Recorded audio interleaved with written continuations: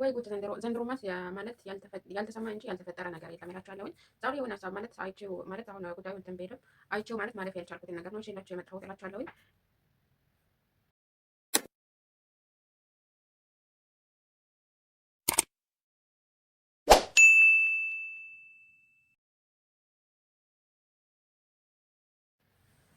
ዘንድሮ ያልተሰማ እንጂ ያልተደረገ ነገር የለም እላችኋለሁኝ።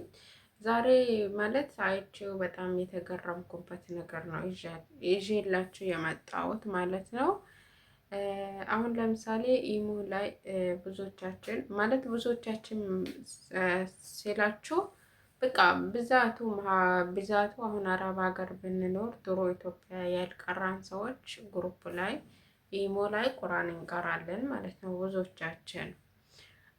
አሰላሙ አለይኩም ወራህመቱላሂ ወበረካቱ። የመዲ ቤተሰብ እንዴት ናችሁ? ሰላም ናችሁ ወይ? ቪዲዮ ከሰራሁኝ በጣም ቆይቻለሁኝ። ከአረፋ በፊት ነበረ የሰራሁት መሰለኝ። አዎ ከዛ በፊት ነው የሰራሁት መሰለኝ። ከዛ በኋላ ልልቀቅ አልልቀቅ የሚያውቀው ነገር የለም እላችኋለሁኝ። በጣም ቆይቻለሁኝ ቪዲዮ ከሰራሁኝ እላችኋለሁኝ። ዛሬ በአንድ እንትን አይቼው በጣም የተገረምኩበት እንትን ይዤላችሁ መጥቻለሁኝ። ላይክ፣ ሼር፣ ሰብስክራይብ ማድረጋችሁን እንዳትረሱ አበረታቱኝ። ያው ብዙም እየሰራ አይደለም በዚህን ጊዜ ብዙም ቪዲዮ እየለቀኩኝ አይደለም እላችኋለሁኝ።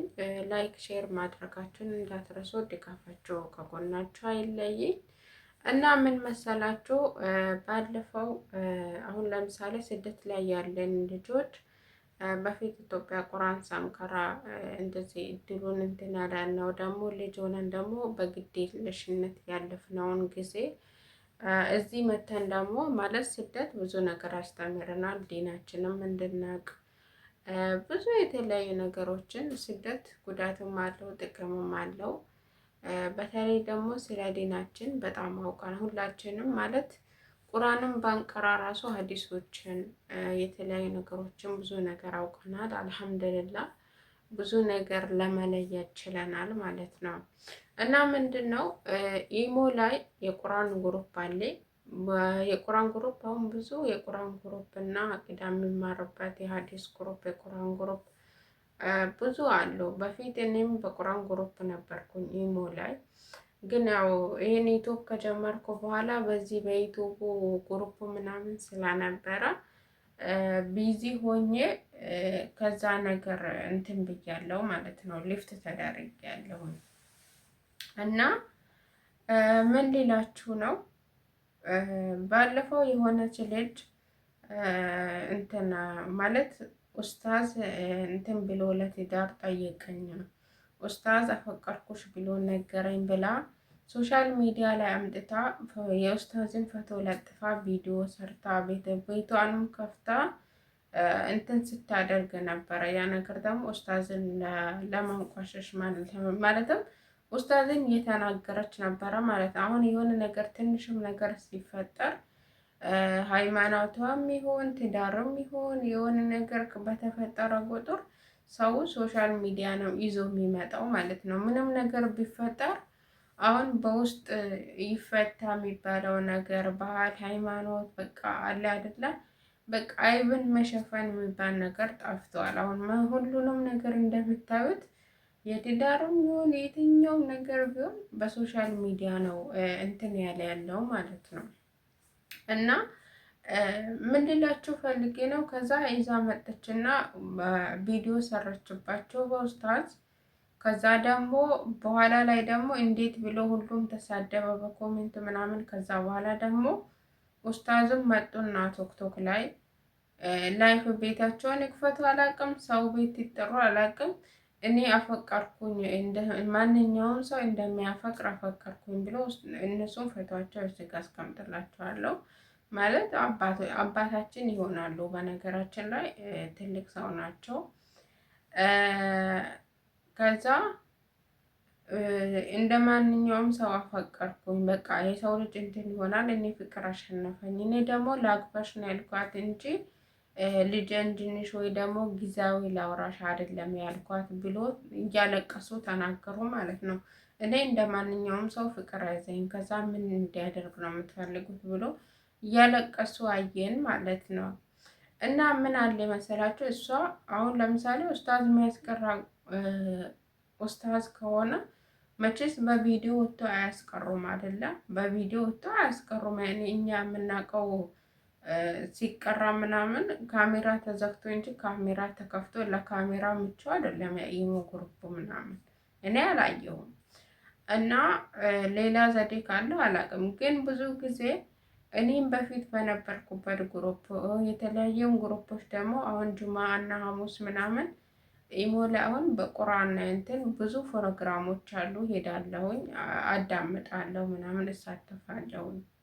እና ምን ልላችሁ ፈልጌ ነው ኡስታዞች የሚያስቀሩት ኡስታዞች ባለትዳሩም ሊሆኑ ይችላሉ፣ ላይሆኑም ይችላሉ፣ ወጣቶችም ሊኖር ይችላሉ። እንዲሁም ደግሞ እንደ አባታችንም የሆኑት ኡስታዞች አሉ። እና በዛን ሰዓት ከልክ በላይ ከኡስታዝ ጋር መቀራረብን ደግሞ ሌላ ነገር ያስከስታል። አሁን እኔ ብዙ ጊዜ የሚያያቸው በቃ ኡስታዝ መጣ ምናምን ተብሎ አለ አይደለም የመሳሳቅ የመጫወት ምናምን ነገር አላግባብ መጠጋጋት አለ። በዛን ሰዓት ደግሞ የሰው ልጅ ስትላመዱ ደግሞ ወይ ደግሞ በቁርአንሽ ጎበዝ ልትሆኚ ትችያለሽ፣ ከሌሎቹ የሆነ አለ አይደለ በድምጽ ማለት ሴት ልጅ ድምጿ በጣም ነው የሚፈትነው የተባለው። ለምሳሌ አሁን ሰላት ስንሰግድ ራሱ ድምፄን ቀንስ ስላልኩ ሰዎች ድምፅ እንትን ያሉኝ እና ሰላት ስንሰግድ ራሱ ምንድን ነው የተባለው? ለምሳሌ ወንድ ልጅ አሁን ማለት ይችላል ሰላት ስንሰግድ የሆነ ነገር እንትን ካለው ድምፅ ማውጣት ብሎ ምልክት ሻራ እንትን ማለት ይችላል ማለት ነው። ሴት ልጅ ምንድነው እንትን የሆነ ነገር ካየች እጇን እንዲህ ታደርግ ነው የተባለው። ያ ለምንድነው? ድምጿ ስለሚፈትን ማለት ነው።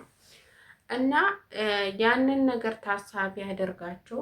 ለምሳሌ አሁን ኡስታዝ ቁርአን ግሩፕ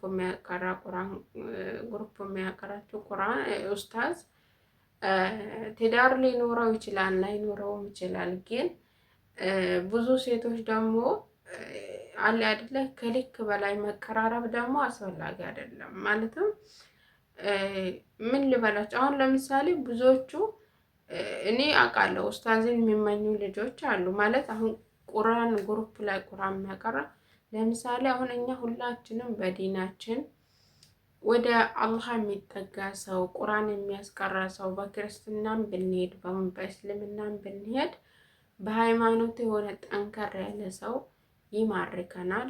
ሁላችንም ፍላጎታችን ነው ወደ አላህ የሚጠጋ በቃ ወደ ሃይማኖቱን ጥብቅ አድርጎ የያዘ ሰው ሁላችንም ይማርከናል። በቃ የሁላችንም ፍላጎት ነው ይሄ። አሁን ብዙ ጊዜ የምንጠቃበት አሁን የምታዩ ከሆነ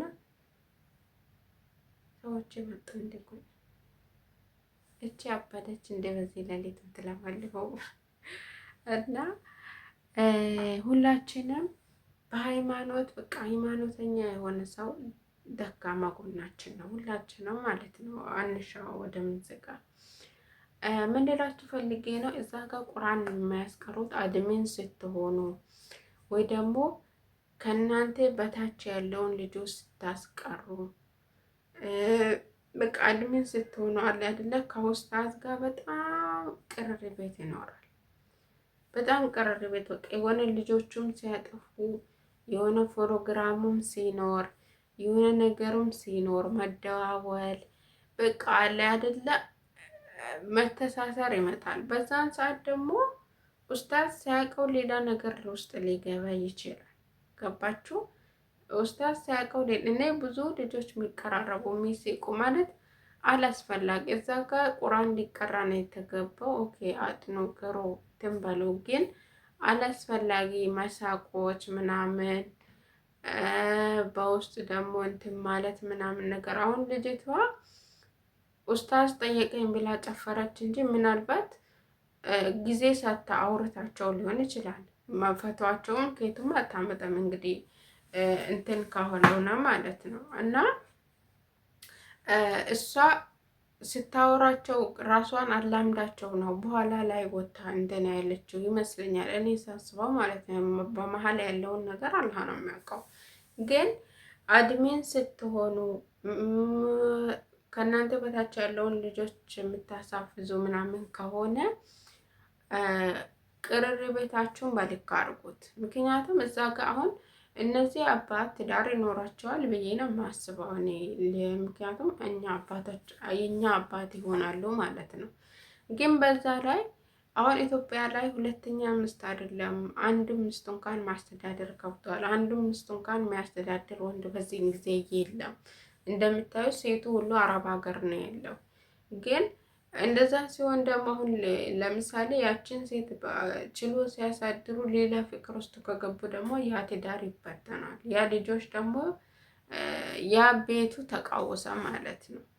እና ለዛ ደግሞ ቁርአን የምታስቀሩ ልጆች እንደውም አድሚን የሆናችሁ ልጆች ከኡስታዝ ጋር ያለውን ቅርርቤት በመካከል ብታደርጉት፣ ጥንቃቄ ብታደርጉ። እኔ በኡስታዝ ሊፈርድ አይደለም የመጣሁት፣ በሷም ደግሞ እንትን ሊል አይደለም። ግን ከመጠን በላይ ቅርርቤት ሌላ ነገር እንደሚያስከትል ማወቅ አለባችሁ።